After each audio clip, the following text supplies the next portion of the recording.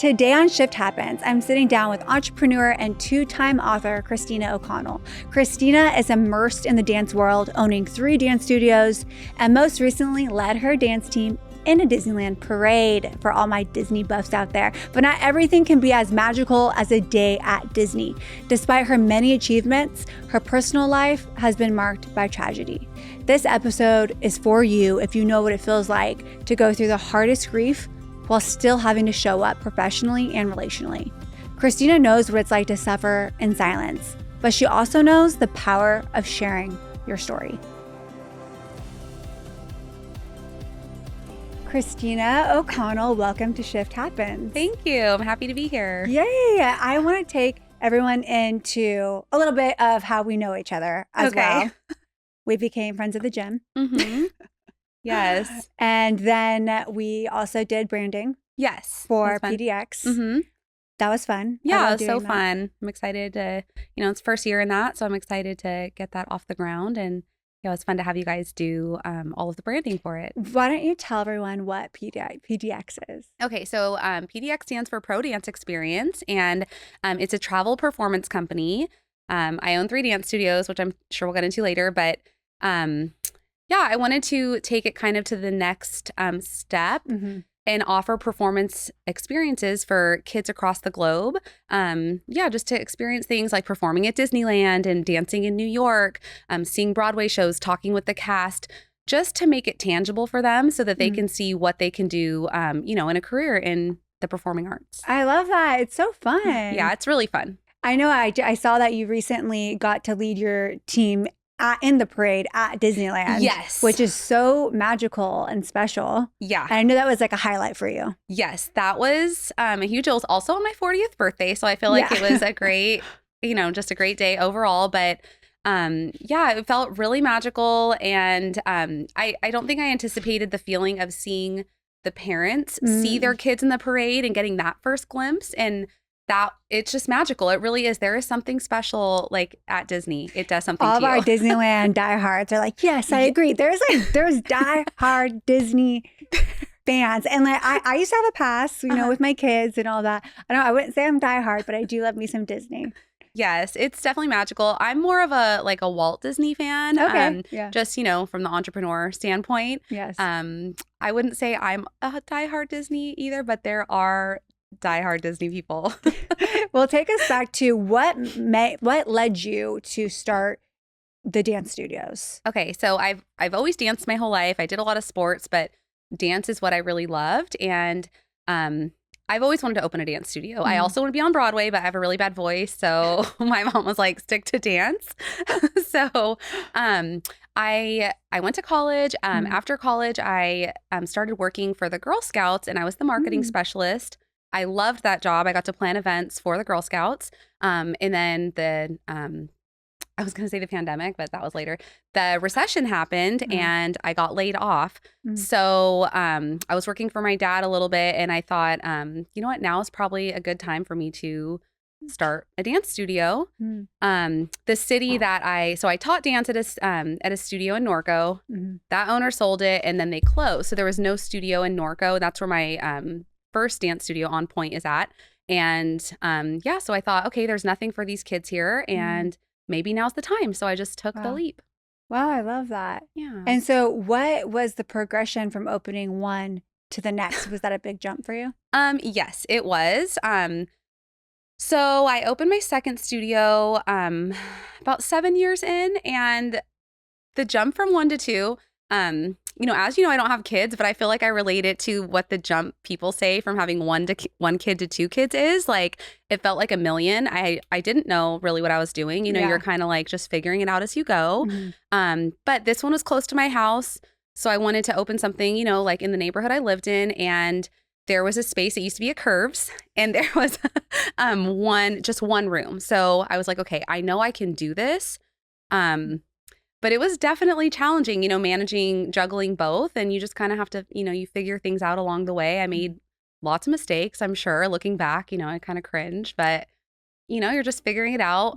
But at that time, my dad literally passed away like 2 weeks after I opened that studio. So I feel like it was a lot. Looking back, Yeah. it was definitely a lot, you know? Yeah. I think as entrepreneurs, we are so hard on ourselves. Yes. We want to do everything perfectly. We tend to feel guilty if we are resting, if we're on vacation, we're checking our emails. Yeah. We try to have this work-life balance, but we struggle with what that's going to look like. And I know you and I have had numerous conversations. As entrepreneurs, it can be very difficult for us to carve out rest in our lives. We're on vacation and we're checking our phone, we're getting back to emails, we're thinking of ideas. And I think many times when we do try to rest, we're getting massages and our mind's racing, we tend to feel guilty when Yes. we take time for ourselves. How would you say you implement rest in your daily life? And also, what would you say success looks like for you? I'm not good at resting. We have had many conversations about this. I'm still working towards that. I think it is important to take breaks. I have a wonderful team, so that helps me, just knowing like, okay, when noticing when I do need to take a break or I'm getting burned out, and I'm like, okay, you need to take a break, trust your team, just check out for a little bit. But I am definitely more of an active rester. Like I go to the gym. Go to the gym more for my mental health than physical, I think. Absolutely. But the gym, and then just doing like mini breaks, I guess, like taking a walk or reading a book. I'm trying to get better at taking vacations. Do you think that there's a mindset shift that could be maybe implemented in your life where it's like, I deserve to take this break, or my business will still be successful even as I take care of myself? Yes, I Believing definitely am that. trying to shift more to taking care of myself. What I think is hard for me is I really love what I do and I love working with kids and teaching. So it's not because I feel like I have to be there, but I genuinely like want You to be enjoy there. it. Yes, I And feel like what I a have blessing, FOMO. Yeah, it's such a blessing. you know? But I also love my husband, love my family. I want to take breaks with them. So, Yeah. yes, I think I need to shift my mindset. I'm working on that. And I think that's also changed. I feel like when you're young, you think success is like money, right? Exactly. Money, you want the houses, you want the cars. And I'm not saying those things aren't great, but I think for me, as I get older, success is more of, I don't know if I'll be successful until the end of my life, when I am at the end of my life, like meet Jesus, like, was I a good person? Because there's lots of bad people with money, so it's like, Absolutely. is money really success? I think it can be part of it, but it's like, did you make an impact, in the world? I think that's kind of success to me means impact at this point. I love that. That's Yeah, great. You so- mentioned your dad. And I know you guys were really close, Mhm. you and your dad. What was one of your favorite memories of him? My dad was so funny. And so like he was just such a fun dad. I mean, he was definitely intense, but I think like two of my all-time favorite memories are he drove us to school in the morning. So I think just like the drives to school and just the funny conversations and blaring the music. We listened to like Beach Boys a lot. And actually like driving down here today, it's just such a Beach Boys day. So my grandpa was a developer. My family had properties down by the beach in San Clemente. So my dad on the weekends would take us. This was my like probably all-time favorite memory. We'd go down to San Clemente on the weekends, blaring the Beach Boys or Otis Redding and just like singing at the top of our lungs. So actually driving down today really reminded me of that because it was just so fun. Like he was fun. He was funny and fun. I love that it isn't a memory that is like, we went to, Europe and it's the small, simple moments many times that make the biggest impact on us as children. Yes. Literally, you just being in the car listening to Beach Boys. Yeah. And it's that quality one-on-one time with our parents that means so much. Yeah. I love that. Now, you have mentioned that your dad passed. Mm-hmm.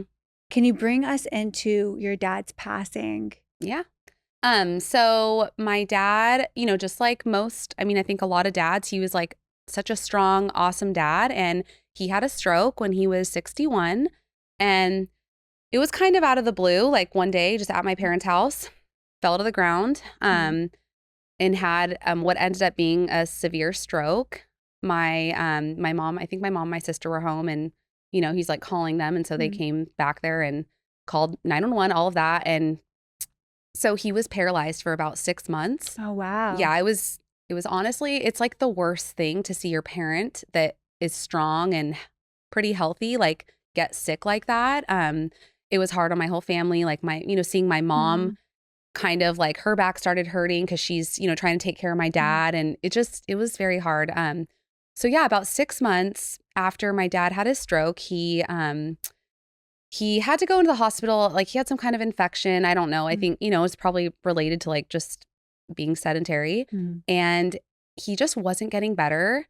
And I remember thinking like, this is not normal. He's not getting better. But you trust the doctors and nurses and stuff. And it like a couple days later, he ended up in the ICU and he passed away. So yeah. Was that a shock to you? It was, but I had a feeling, I mean, this is just like off of my dreams and stuff, which is a whole other thing. But like, I did have a feeling that he was going to pass away, but he wasn't healthy, but it definitely wasn't like expected. And it's still really horrible. I don't know how to describe it, but when you don't want your parent or whoever is in your life that is sick, you don't want them to suffer. So there's like this torn feeling of like, I don't want them to suffer anymore, but then you don't want them to be gone because then they die and they're literally gone forever. So I wouldn't say it was like expected, but it felt tragic, So it just, yeah. With his stroke, you mentioned he was paralyzed. Was that completely, was he able to speak? He could speak. Yeah, he could speak. Some things didn't feel like they made sense. It was not like full on sentences, but he could definitely speak to us and communicate. He was really frustrated. So that's hard to see too, like your parent be frustrated. And, but yeah, he can speak, but his whole, I don't know which side of his body was paralyzed, but he couldn't walk. Okay. He did go to therapy, tried to, walk, and seeing him do that was pretty, it was motivating and inspiring because he tried so hard just to like stand and, it just wasn't, working out. So he was in a wheelchair. And that, it's really hard to see your strong dad, like go from just like, doing stuff every single day, fixing everything, working, and then just like literally wheelchair bound, bedridden.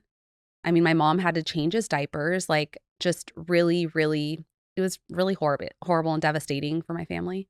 Were you guys close during this time? Your mom, your dad, your family unit? Yeah. So I have 2 older half sisters from my dad's first marriage, and then my younger brother and sister and my mom. And yeah, we have a pretty close family. My brother lived at home. He helped my mom a lot during this time, and we all kind of helped. We'd go visit my dad. My mom was so strong during all of it, so I definitely think she helped. Like, I don't know how she did it, but she definitely helped like keep us all together and just, I don't know, you try to focus on the positive, but I did pray that it would, that it would end, because it was torture for me to see my mom go through that with my dad, and just, it's really hard. Yeah. Yeah. And to your point of when you were saying, it's not like you want your dad to pass. No.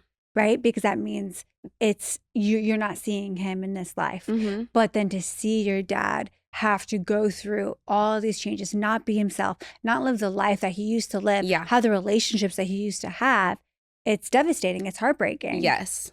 And so were you able to have time alone with your dad before he was able to pass, to talk with him about like your life or his life, or kind of like a closure? Or was it, or do you wish that there was more time to do that? I mean, you always wish there's more time, but I think I've learned now more years after. My dad spent so much time when we were kids just like pouring into us and talking to us about life. And honestly, when you're a kid or you're a teen, you like kind of roll your eyes like, okay, dad, I get it.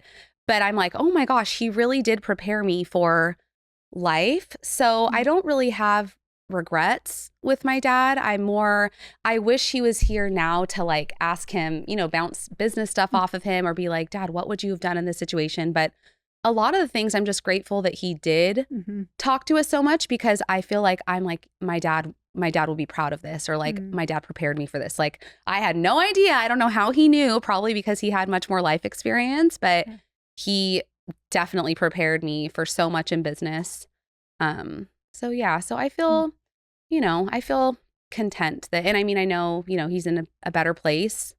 So it sounds like you had a great dad. Yeah, I really did. He was really great. That's a blessing. Yeah. Alexis here. Don't skip past me just yet. If you love what you're hearing from Shift Happens, don't forget to subscribe, rate, and review so we can continue sharing stories of impact. Thank you. And now back to another powerful story. I know that during this time, you're experiencing the loss of your dad. And at the same time, you're also navigating having miscarriages, right? So I know that this is a part of your story that's been hard to share. Yes, this is something I honestly don't talk about it really.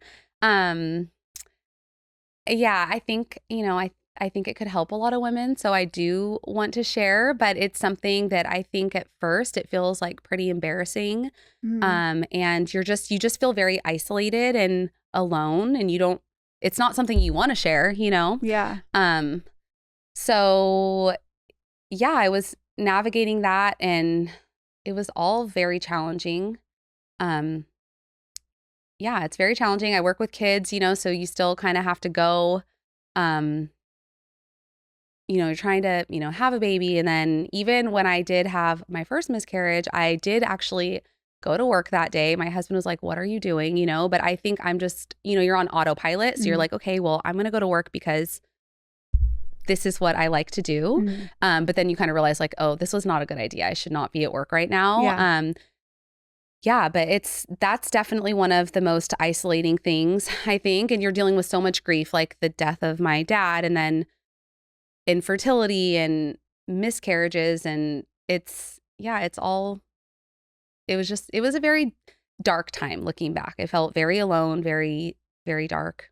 So from the time that your dad passed to the time that you were having miscarriages, was that all happening at the same time, or what was that timeline like? So actually, I think we did IVF 4 times, and so I know that the first time I did get pregnant, my dad was still alive, because I remember like going through all that, and so it must have been, it was all around the same time, it's all intertwined, but I remember going to the doctor, and first, so we did IVF like I think 2 times, and then finally it just wasn't working. You go in first, they're like, okay, you guys are great candidates for IVF. I got I don't remember the terms anymore. I've kind of honestly, I think, block it out of my memory, but you're like, I had so many eggs, like 18, I think. So they were like, okay, you guys are going to be great candidates, and we're like, okay, like, let's do this. Okay. And then it didn't work. So we did it one time, and then it kind of took a break, did another time. And I was like, I cannot do this anymore. I think my husband and I both were like, we just need a break from this. It's too much, that you're giving yourself shots every day. It's really painful. I'm still trying to teach dance, and it's just not fun. Then I got pregnant naturally out of the blue. Wow. Yeah. Out of the blue. Like, we weren't even really trying at that point, and it was just crazy. So then I felt very hopeful and excited, and the thing that's hard for me is like I prayed every day, and I was so grateful. So and then at the time I was kind of following this girl, and she talks about like, okay, well, if it's not happening for you, you're not praying hard enough. And that was really hard for me. That's very interesting. And that's very toxic. It felt at that point, like now I can look back and say, okay, well, I pray hard, so it's okay. It's just not in the cards for me. But when you're going through something so challenging, and then someone tells you that, you kind of you're like, okay, is something wrong with me? Like, do I not have enough faith in God to have a child. Yes, like that's basically what, it felt like, or Yeah. why not? Honestly, it kind of felt, I don't like to play the victim, but I felt like, why not me? You know, I'm a good person. My husband and I have like a healthy home. We would be good parents. Like why do drug addicts get to have a lot of kids? Like, or a lot of people that don't even want their kids get to have kids. And, so you're going through that. But I did, I'm kind of all over the place right now, but I did, so I went in, I got pregnant naturally. And then you go to the ultrasound, and I knew something was wrong because the lady was kind of, they don't say much. It was not at my doctor, it was at the ultrasound place. And she's kind of, just trying to play it off. But I was like, no, this isn't great. And So I felt like a pit in my stomach. My husband was in the waiting room. And she was just like, okay, well, there's no heartbeat basically. Because I was like, okay, I'm not hearing anything. And she's not saying anything. And at that point, there should have been a heartbeat. And she was like, well, just, your doctor will call you. So that was just like horrible. I'm like trying to walk out there without being hysterical. And then, of course, I go out. My husband's like, what's wrong? And I was just like, let's just go. I cannot be in here, and and that was horrible. But then you kind of still like, okay, maybe she's wrong. Maybe there's a little bit of hope. Yes, because, I didn't have miscarriage yet. So I'm like, okay, maybe she's wrong. Yeah. And at this time, we didn't tell anyone because we had already gone through this so much. My parents, though, did know. So I know that's, my dad was still around because I remember, my parents are calling me and I didn't want to talk to anyone. I just, it's another, it just feels like a loss. So then I did eventually start miscarrying. It was horrible, and at that time, so you're still a newlywed. So people are asking you, when are you going to get, when are you going to have a baby? Yes. That's everyone's question. Yes. Right after you get married is, when are you going to have kids? Yeah. Luckily for me, my husband wasn't set on having more kids. He has an older daughter. So that wasn't a deal breaker for him. And my mom never really pushed. I know a lot of like moms or mother-in-laws can be like, okay, when am I getting? I want a grandbaby. Yeah. But my mom wasn't. She, she had a career. She had 3 kids. She probably knew how hard it was. So she was like, you guys travel, do your thing. Enjoy it. Yes. Yeah. So the people super close to me never pushed it, but just, I work with kids. There's moms, there's pregnant ladies all the time. Right. So, people are just asking you. And at that point, I couldn't go to baby showers. I couldn't go to my friends' kids' first birthdays. And that feels bad too, because you want to support and celebrate your friends. And you love your friends. Yeah. But you can't do it because you're like, you're grieving and you're literally on the verge of a breakdown like every day.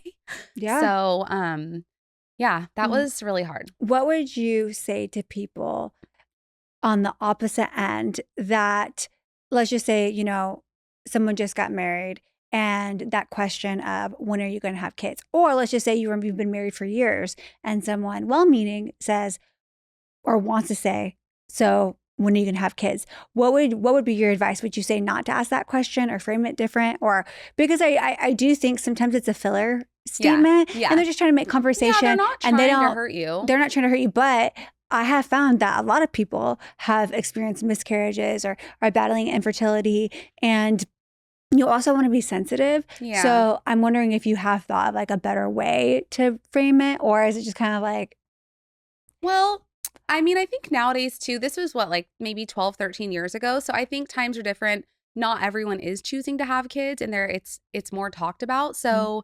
I just think, I mean, I know you mean well, but maybe say, are you guys planning on having kids? Or, that's great. Are you, and now I just tell people like, oh, I can't have kids. Like it just, at that time, there was literally no way I was going to say anything like that. It felt mortifying, but now, because it probably felt final. Yeah. And it wasn't there. You speaking it out. Yeah. And people, honestly, what I find now is like, it's harder for other people than it is for me. Like, they're like, well, you can do this. I'm like, no, like we literally have done IVF 4 times. Like, it's not going to happen, but that's okay. They're trying to like be encouraging. I'm like talking them down. Yeah, I'm like, you're like, it's okay. I'm okay now. Yeah. You're comforting them now. Yeah. I totally, I could see how that can happen. Or just ask a different question, like just maybe don't. I hear that. Yeah, that makes sense. But I think that this is really good advice because, again, I'm guilty of it. Yeah, we all are. I'm guilty of saying, oh, like, when are you guys going to have kids? Yeah. And sometimes you can see the look change from like, oh, Yeah, I'm telling you. If God wills, or, Yeah. it does change it, and it reminds them of their pain Yeah, and of what they don't have. It's pretty horrible when you're in it. Like, I just remember there were many times where I was literally like, do not cry. Like, do not cry. Just say, oh, we're trying, or hopefully, or, and then I probably would, like, I would be alone and then I would just like cry. It was, it's rough. You mentioned feeling embarrassed. Yes. And so I want to ask, do you think shame about not being able to conceive played a factor in how you were coping? And I say this because as women, and I'm not saying a blanket statement, most women do desire to have children. We are, the vessel in which we're able to give life. Yes. And so was that a part of the reason why you felt embarrassed and had shame? I definitely think so, because, I guess I'm kind of a high achiever, like a goal setter. And it's like, okay, this is not happening for you. Like, you can't make it happen. And so I think there's that aspect. And then also, like, as a woman, that's like the one thing that your body is supposed to be able to do. You're supposed to be able to create life, and I can't do it. So it felt embarrassing. I felt like, and I mean, my husband never made me feel like this, but I really did feel like I'm letting him down, like it just felt embarrassing and shameful. And you mentioned going through your miscarriage, day one, you show up back at work. Do you feel like you suffered in silence? Oh, yeah. There was that. Because even, okay, I will say, obviously I had my husband, but like, he's a man. I think he tried the best he could, but in that moment, you just feel so alone. I didn't even really want to share with my mom that much because she was trying to make it better, but you just can't make it better. And I don't like people to just feel sorry for me. So I definitely, and actually at that time, I think my sister, she was pregnant with my nephew.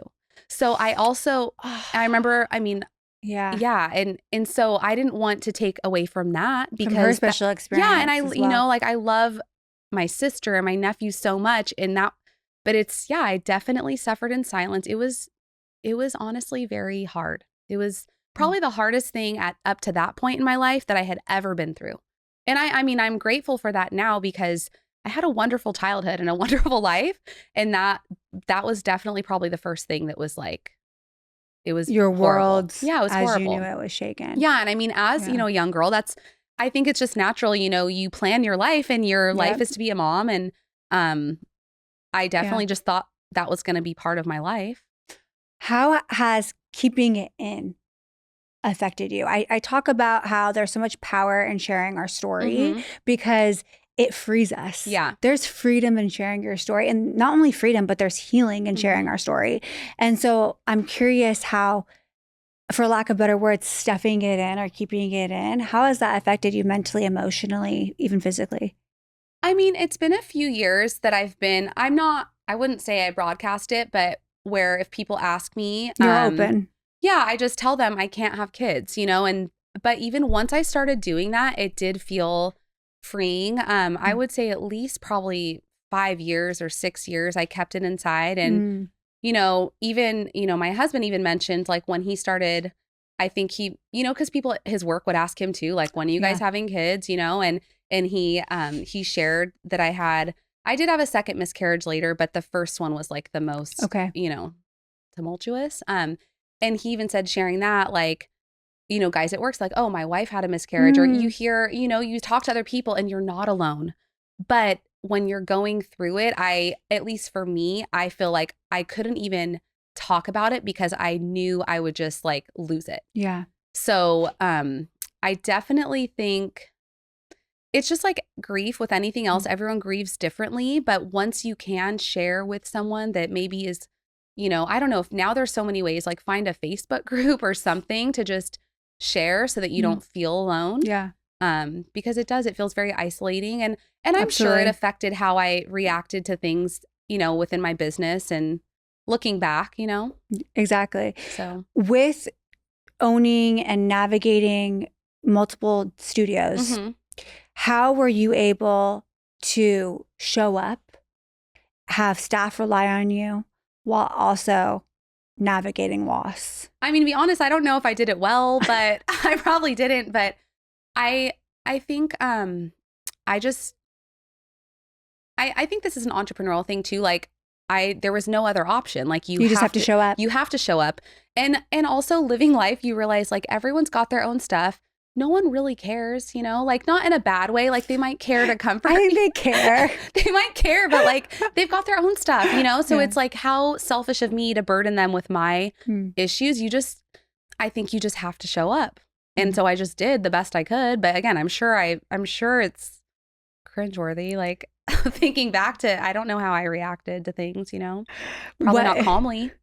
Yeah. I mean, I think that's very normal. You're navigating life and a lot of loss in a short period of time. Yeah. And I hope that there was grace for you. I think so. I've had a lot of people that have worked with me for many years. So I'm sure there's a few that I finally did share, like, look, I'm going through this. I don't really want to talk about it, but just know if I'm a little distant. If I'm a little snippy today. Yeah. Please. Yeah. Have some grace. Exactly. Yeah. What do you wish that people understood more about infertility? Oh my gosh. I mean, it's horrible, honestly. It really is, because it's like you're grieving a loss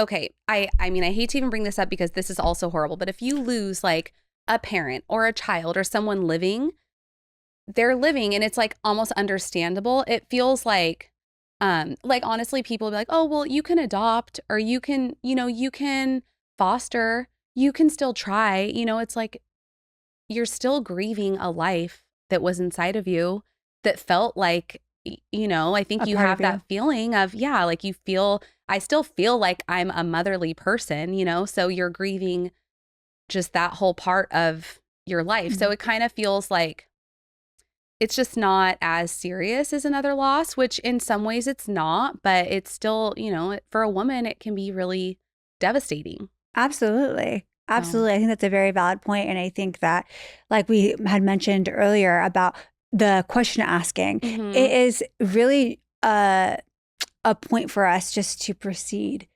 carefully. Yeah. And if they don't have kids after a really long time, just don't. Just like that's a good rule of thumb. Just don't. Yeah, no, that makes sense. Because they'll share if they want to. Now, in those moments that you felt like you were in a valley, if you will, right? There's mountaintop experiences and there's valleys. What do you think helped you push through and still show up? Definitely my faith in God. I'm also grateful I had a really strong mom, and my husband is really strong and has been through challenging things. So they've helped me. But I truly think, and also, I mean, I haven't talked about my grandma much, but she was a driving force in my life, and she passed away a couple of years after my dad. So I feel like I have really strong people in my family that helped me. Just not so much in sharing the information, but just seeing like, okay. Their example. Yeah. But definitely my faith in God. There's no, I don't think I could have done it without my trust in him. And there was a time I was like mad at God because I did question like, why am I not good enough to have a child of my own, and that's the hardest thing, is feeling like you're not good enough, because that should be the most natural thing. But then learning that, I do trust in God. And I actually, so a couple months after my miscarriage, it was like really bad. I had a dream with my grandpa, and he was at like their living room table. My grandpa was also we had a very close family. Like I was very close to my grandparents. I'm the oldest grandchild, and I spent a lot of time with them. So I feel like whenever I have very vivid dreams, they're with like my grandpa. And he was at their house, my grandparents' house. And I hope I don't cry, because I always cry when I talk about this. But he was holding a baby, and it was a girl, and she had like tubes and everything. And he was like laughing, and like he looked so sorry, I'm like holding baby. He was like just laughing and happy. And I was like, no, I called him Uvu. That's Portuguese for grandpa. I was like, no, Uvu, she's sick. And he was like, no, she's perfect. And I woke up like bawling. Wow. Yeah. So that Wow. I don't cry in my dreams. Like I don't, that's not a normal thing for me. So I woke up and I truly felt instantly like at peace. Mm. And so I think that helped me. But I feel, it's like, okay, for whatever reason, my job on earth is not to have my own children, but it's to pour into other people's children. I honestly feel like instantly, I'm not saying I don't have hard days. Holidays are still hard. You want that big family, but I feel like I know my purpose. So. And I love that. Yeah. And I do think, because as a friend, right, I want to be like, yeah, and like God has given you all these children to pour into. And then I'm like, okay, but I need to approach this sensitively. Like, nobody. To your point though, it's like God has done that. He has. But that's not to eradicate any pain or grief that you have experienced. Yeah. But I do think it is a perspective shift of saying, all right, this is the most devastating thing that I have experienced. And I had hoped it would look different. Yeah. However, God has blessed me with this career where I can pour into children. Yes. And I'm grateful. And like you said, you love your job. Yeah, I love my job. And I think that's a blessing. I think that God really does, he obviously knows what he's doing, and we just have to trust his plan. That's my biggest thing now is like, okay, in business, you go through so many hard things. People take advantage of you. People lie. People steal. People. I think the biggest thing for me is like growing up, I didn't really think there were people that were bad people. It was kind of like Pollyanna. You just like, you think everyone's nice and they're just doing the best they can. And most people are. But as an adult, you realize like, no, there are some bad people. Some people are bad. The devil exists. Yep. And some, he's trying to take what God creates. So just being aware of that and knowing that God does have a plan, and you just have to trust, and you have to go through the valleys to get to the mountaintops. 100%. 100%. What would you say to anyone that is grieving right now, either what would you say to somebody right now that's either battling infertility or grieving the death of a close one, like a dad or a parent, for them to turn their pain into purpose? I think, grief is really hard. It's still like if you catch me on the wrong day and then the Beach Boys comes on and like, I'm just like cry, I miss my dad, but it does, the painful moments get, fewer, and there are so many blessings. I know in my life, I have been very blessed. So I'm not going to dwell on the one thing that God has not given me, because you just have to find what he has given you and use that for good. We all have gifts. And I think, not having children has allowed me to be able to pour into thousands of kids that I'm sure I would not have the time or energy to do had I had my own children. I can barely handle, like, my husband was out of town for 4 days for work, and my 2 little dogs, I was like, oh my gosh, how do parents do this? Like, who's going to watch them? Who's going to So I just don't see, that's what my mom always says. Like, this is a blessing because you're able, you have 3 studios and a travel performance company. And I feel like I'm able to dream really big. And maybe I still could, you never know. But I think everyone has gifts. So just find your gift and focus on that. We can't dwell on the things that we aren't allowed, because we all have many blessings and many gifts. Absolutely. So I love that. Thank you so much for being open and vulnerable and sharing your story, because you aren't alone. And there's so many other women out there that battle with the same things, and hearing your story is going to comfort them. And so thank you so much. Yeah. Thank you for having me and allowing me, because I feel like, this is my first time really sharing that. So thanks for like helping me, I guess, cope with my grief too. Well, thanks so much. Thank you. Thank you for listening to Shift Happens. You are the reason I started this podcast. I hope it finds the ears and hearts of those who need it, so that your voice matters and you are reminded that someone needs to hear your story. As always, be sure to subscribe so you don't miss an episode. And I'll see you next week.